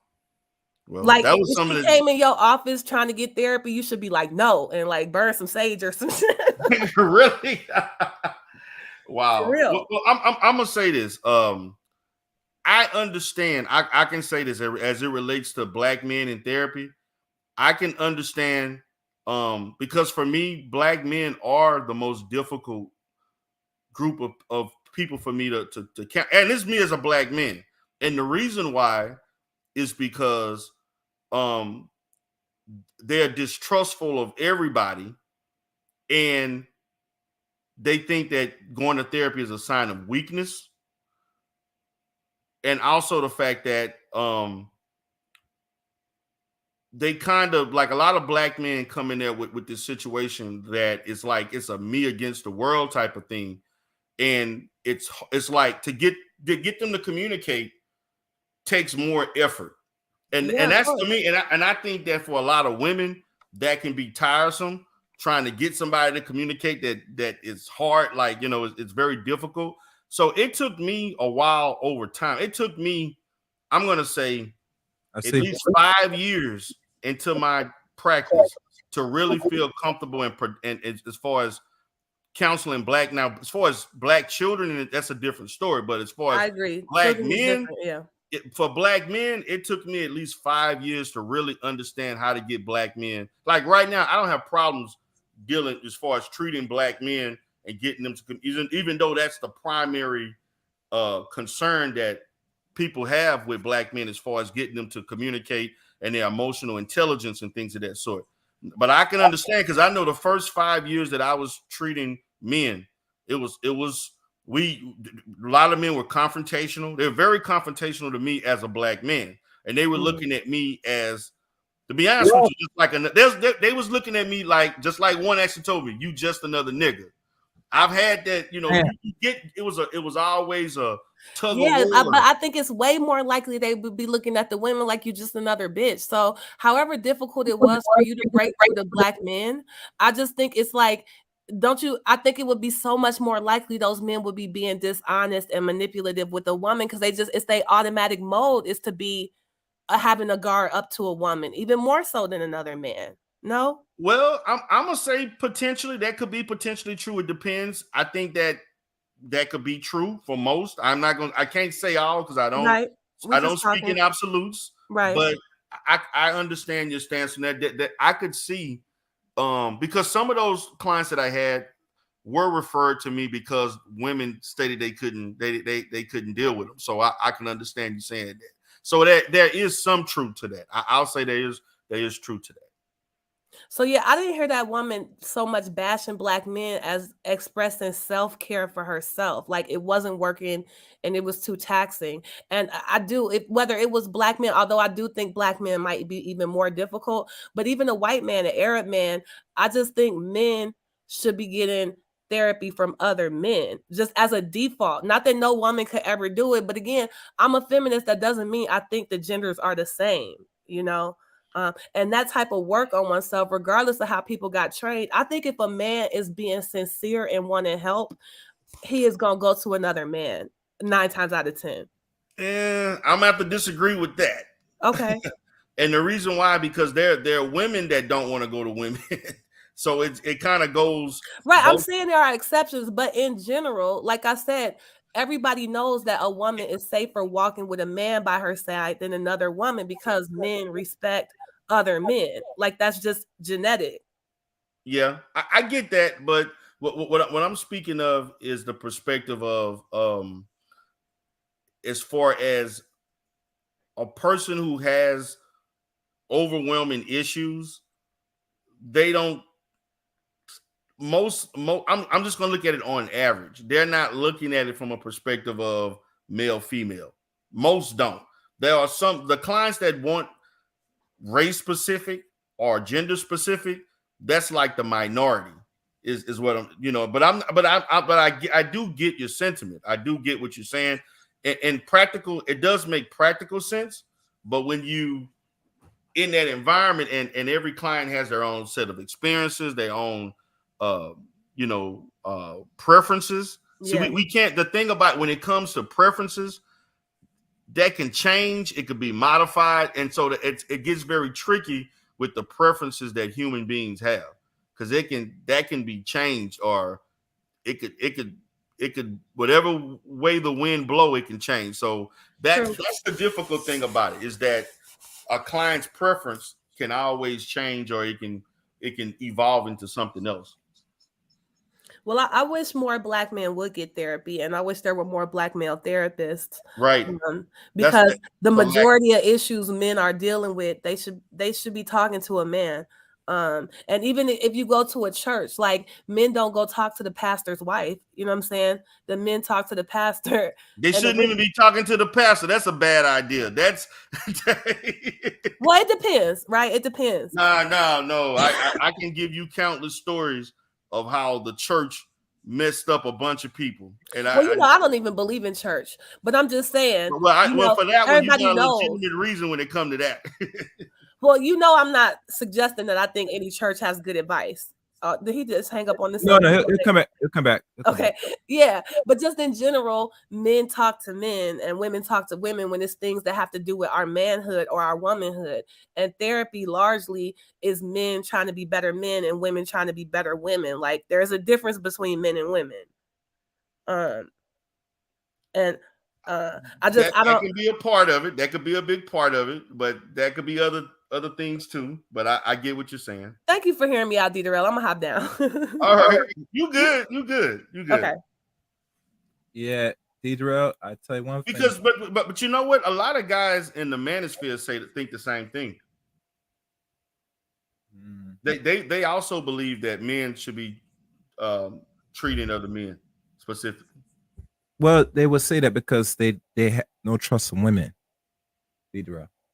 I know that, but I'm just saying, I'm just bringing up, but they do think they actually believe that men should be treating men and women should be treated by women. Okay.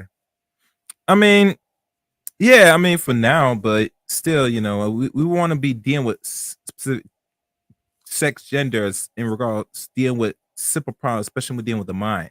I mean, if they're qualified, they're qualified at the end of the day, D-Darrell. But when it gets to the point where it said, I don't want to deal with no woman at all, I mean, maybe that might be the start, because that was the thing that caused your trauma, brother. Well, you know what, Chaos? I'm going to look at the other video, because I only looked at one video and I didn't. So I'm gonna look at both videos, and it before I make another video on this, because I know we talked about this offline. Yeah. And before I do a full-fledged video on it, I want to see both videos, just like I did for the TikTok other lady. She did a bunch of stuff before I, created a video on it. So I don't want to misinterpret anything or give a false narrative of anything, because being that I am a therapist, they're going to look at it from a certain perspective. Yeah, you're right. So I want to make sure I'm clear, because I don't want to, that they'll start perceiving because I'm a male therapist, I said this and said that. And so, to me, it's nothing wrong with having an all-female clientele. It really ain't. And if you know that there's certain things as through your experience, and you feel that that's the best route you should go, I would definitely encourage a woman to only have an all female clientele. I'm gonna say this: most of my clients are not men. Most of my clients are. Wouldn't be surprised. Huh? I would not be surprised. Yeah, most of my clientele. Like I'm gonna tell you, today is what? Today's Saturday. Yesterday, I saw one black woman and two other white women. No, I saw one black. No, yesterday I saw all women yesterday. I saw a couple of black women, a couple of white women, and a Hispanic lady. I saw no men. Matter of fact, the only time I saw a man for therapy this week was I had a family, a Hispanic family, and there were two guys in the family. Everybody else was all women. And so that's a constant thing. Black men, and to me, Antoine Daniel, and this is another thing I want to do a video. That video that he did on the Fight Club with saying, I don't want to see, and I've had this before, man. And I'm gonna tell you this. You know what's the hardest chaos? You know what's the hardest type of therapy to do with black men? Is relationship and marital therapy. It's like I'm gonna tell you this, and I kid you not. And I know y'all listening in the chat. Usually when somebody contacts me for therapy, for relationship counseling, it's usually the wife or the girlfriend or fiance, and she been trying to convince her male partner for like 2 or 3 months to engage in therapy. Like I'm talking months. And usually when I get men to come into therapy, is usually something horrible happen.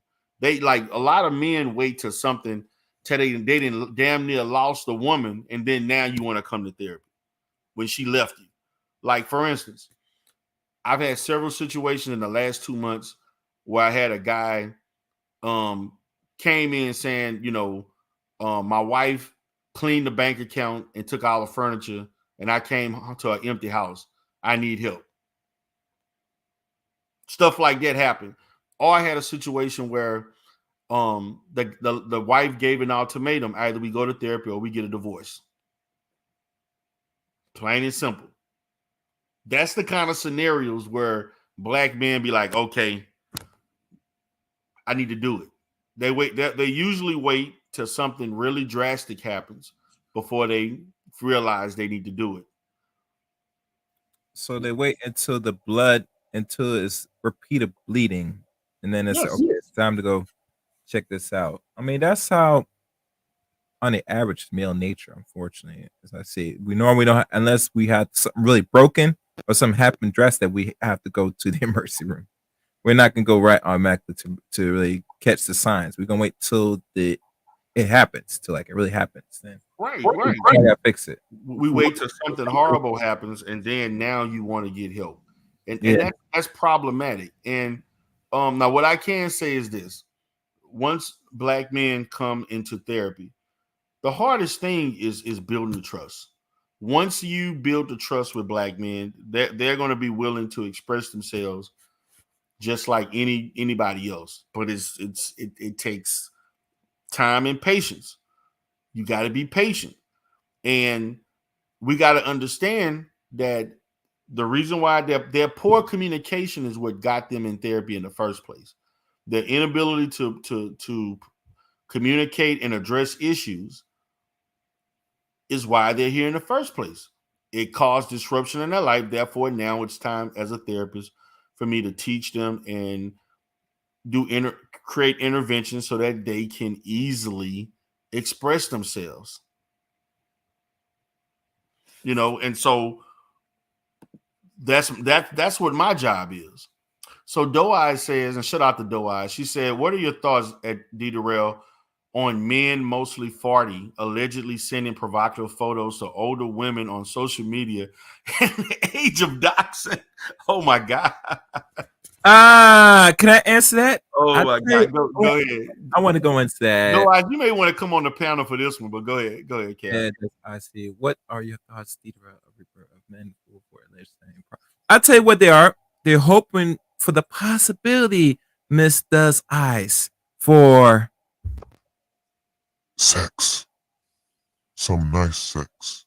There are the possibilities that they will hopefully that you will allow them to blow your back out.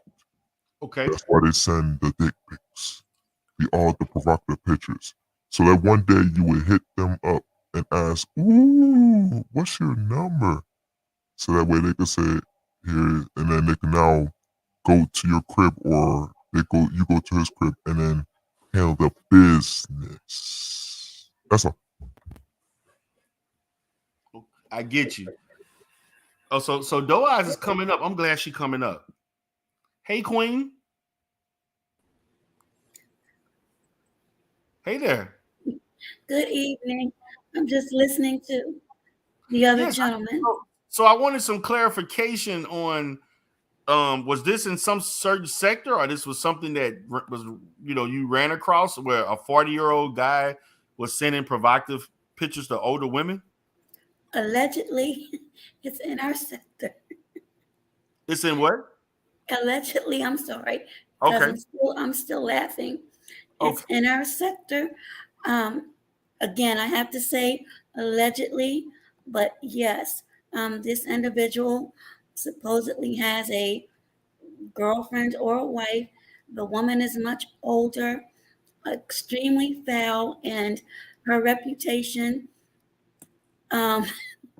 is that of one who is wicked and evil and very vindictive. And this person has to know this. I'll tell you behind the scenes exactly who it is, but why would someone risk that? I mean, it's all a buzz right now. Oh, wow. In the back chat, Miss Eyes. Is that Mr. Chaos? Yeah, that's Chaos Ring. Yeah. Oh, that voice is scaring me. I know. Okay. All right. So I'll mute my mic, gentlemen. Thank you. Okay, so my perspective is that because we've had other instances of people sending provocative pictures to men and women, and so on. And I'm like this. My rule of thumb is this. I believe that you should not be sending anything like that to someone you never met before, or at least it's consensual where you all, this is just me just on surface level. I don't think it's okay for you to randomly send things like that to anybody, whether they like you or not. If they didn't ask for it or y'all had an agreement to exchange or whatever, met each other, you shouldn't be doing that type of thing. I think that's totally out of line for anybody, or particularly men, to send that to women, particularly if they did not ask for it or that was not discussed. That's just my... That's just what I find it is weird. Well, if women said it, I'm not gonna complain. But let's be honest. When you're as man and either you're getting access to it or you're getting less of it, the last thing you want to do, and I always harp this from dudes, and I never question it. Maybe 1, 2 brothers. I say, what benefit or purpose or anything you're gonna accomplish sending your dick to a random woman? Does it get you closer to the vagina? Does it open up your options? But this is a caveat. This is a caveat, gentlemen. D. Jarrell, this individual posted on their community wall. If this person does not disclose to their audience, they will. So isn't that considered? What? Yes. Wait a minute. Say that again. Run it by me again.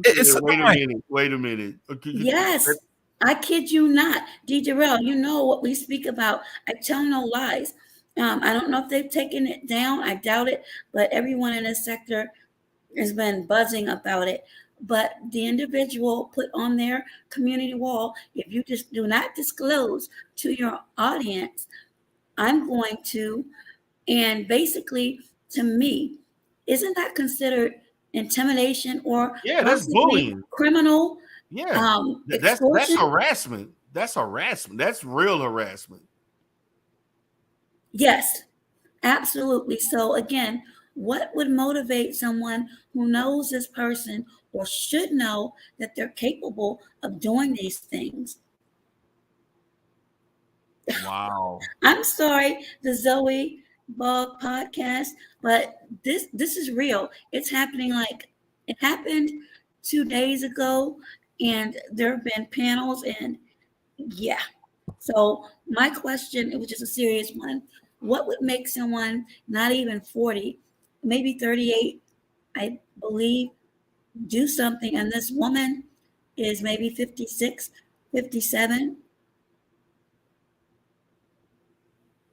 Wow. And so if she don't tell, the person gonna tell. He's gonna let everybody know.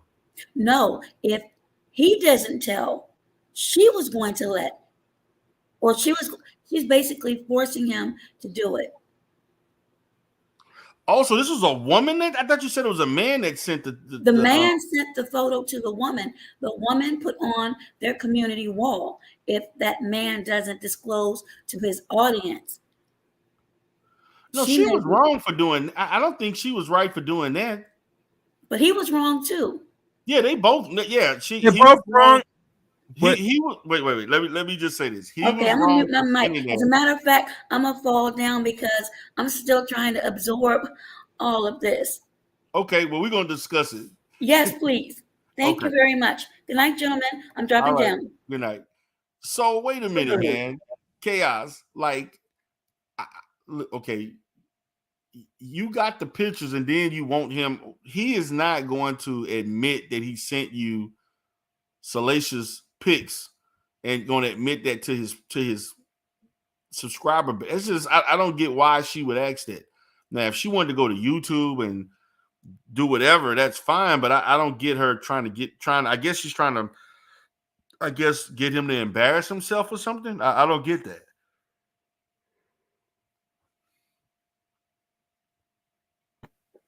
well, hmm. My thing is this. Like I said, this now say this again. What what type of accomplishment or what end game, not end game, but what benefit you will get just by exposing your phallus to random women? I said this and I'm going to keep reiterating. Does it get you closer to the vagina? It Does doesn't. it get you closer to potential other vaginas? Because you know how women like to share the dick pitch if random dudes showing their phallus and they're going to say, ooh, girl, look at this. Look at this. As a matter of fact, let me just do this. Oh, girl, look at this. Look at the size, this, that, and there. That's what they do. They're hoping that this will accomplish the bigger goal that someone's going to go in their DM, particularly a lady. And God forbid, let's hope the lady's not too big, Phyllis. But most likely, if a woman's not getting enough access to, sex, which is very rare, they will be the ones that will be luckily hit your DM. But if you hit just any woman, most likely your chances of you getting a, respond very slim. Well, Matter of fact, I think one woman said this best that if these dudes keep doing it, they're going to what are they going to copy? I think it's a copy. I think they're going to like capture the picture and they're going to send it to other people. no, I'm not doing. I wouldn't do it. Shit, that's wrong. Yeah. Listen, women are ridiculous. They will do that. Yeah. I've gotten pics from women before. Okay. From multiple women from different sectors, all kinds of crazy stuff. So I don't think you should have said that, but okay, I get you. No, they already know. I've said that many times. Okay. Like I've gotten stuff before that I enjoyed looking at, but I'm not about to, air them out. And this was stuff that people that I'll talk to you about that offline. But I'm gonna say this. It was unexpected things from multiple women that was very revealing, and it was what it was. I mean, I'm not about to act now as a woman. we look at it, this is where it's a different standard for men and women, because to be honest with you, women are usually turned off by stuff like that. Not men, on the other hand, our nature is a little different. But I don't think that anybody should just be sending stuff like that, and particularly the women. You shouldn't be saying it unless y'all are, really dealing with each other like that, where it's a wanted affair per se. So, but again, you can't tell him, okay, now you need to tell your people you did this, or I'm going to do it. Like, come on, like, stop. Like that ain't also good either. I have issues with that. Yeah, I feel you. I feel you. I feel you. I'm where I'm at the end of the day.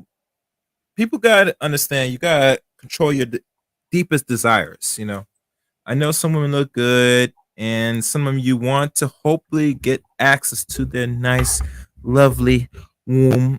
But some women will tell you, say, and they will always do this. Access denied. I mean, you gotta keep it pushing, player. Some women gonna give it to you, some not. And putting your dick for the whole world to see, it's not gonna cut it. And trust me, Dieter, I think they got this from the white folks, non-black people. Exposing your thing. That's a result of No, I'm serious, because it's no custom. That weirdos that do that. That's knowing a non-black thing, and mostly white folks, white males mostly do that junk. But to find a black man doing that, it's foreign to me, bro. It's weird to me. Well, these days, man, on social media, black people are doing all kinds of stuff that we don't usually didn't historically do. So it's, bro, it as the sex thing with black folks intensifies, and they're doing things that's beyond porn. I think if and it's gonna be controversial. If black people not screwing non-species, I'm gonna be laughing right now. right. Well, That's Kate, what I was gonna say. We ought to understand. And we ain't man, gonna I got two really good interviews. Everybody been commenting on my videos, man. My interviews that I've been doing. So I got two more coming up soon. They're gonna be real good. Yeah, but Deidre, just drop me down and bring me up when you're done. Just drop me down. Okay. Right. Close the show. No, you could. What happened? Oh, you just want me to bring you down? Yeah, just bring me down because I want to talk to you. Just so you could close that. I don't know if you're closing the show. That's why. Okay. All right. Yeah, that was quite interesting. I'm gonna say this, guys, and as a person who has seen a lot on YouTube as it relates to people sending things and exchanging things, documents, doxing, I've pretty much seen it all. However, to the men, just a rule of thumb, you shouldn't be sending stuff like that on YouTube, period, to somebody you ain't never met and don't know. That's for somebody you're dating, somebody you're in a relationship with, where it's mutual. I mean, because people take stuff and they make content off of it, and you have the issue that you have right now going on that Doeyes pretty much talked about. She had a right to be offended. She see her email, and you got all kinds of unwanted, images. I mean, she had a right, and I can't fault her for that. And even women, please, you shouldn't be sending stuff, because I've seen both sides. Women through pics at men, and then the men use that against the woman. That I got people that I'm cool with that have gotten pics like that, and they end up beefing with the lady, alleged pics. I've seen it happen multiple times. So, all due respect, please don't do that. Just stay away from that. So I see Scarlett wants Chaos Rain to do the voice again. So, guys, I'm going to go ahead and wrap it up. I just wanted to do some different content, just kind of, away from the sector, the Umar sector, because, to me, beefing content is getting old, man. I like doing reviews. I'm loving my dating channel. That's what I'm enjoying the most. And I like talking about mental health too.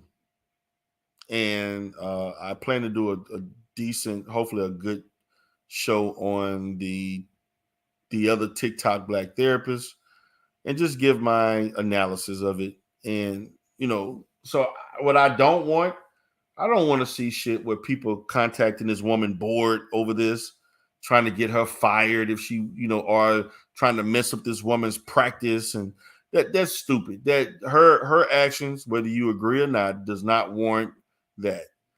I mean, it doesn't. I don't care. So with that being said, guys, I appreciate y'all for being here.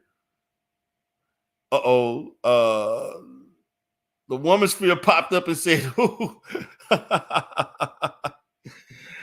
We talking about the black. Well, I don't know what question with that, but either she's talking about the guy sending out the dick pics, or she's talking about the black TikTok therapist.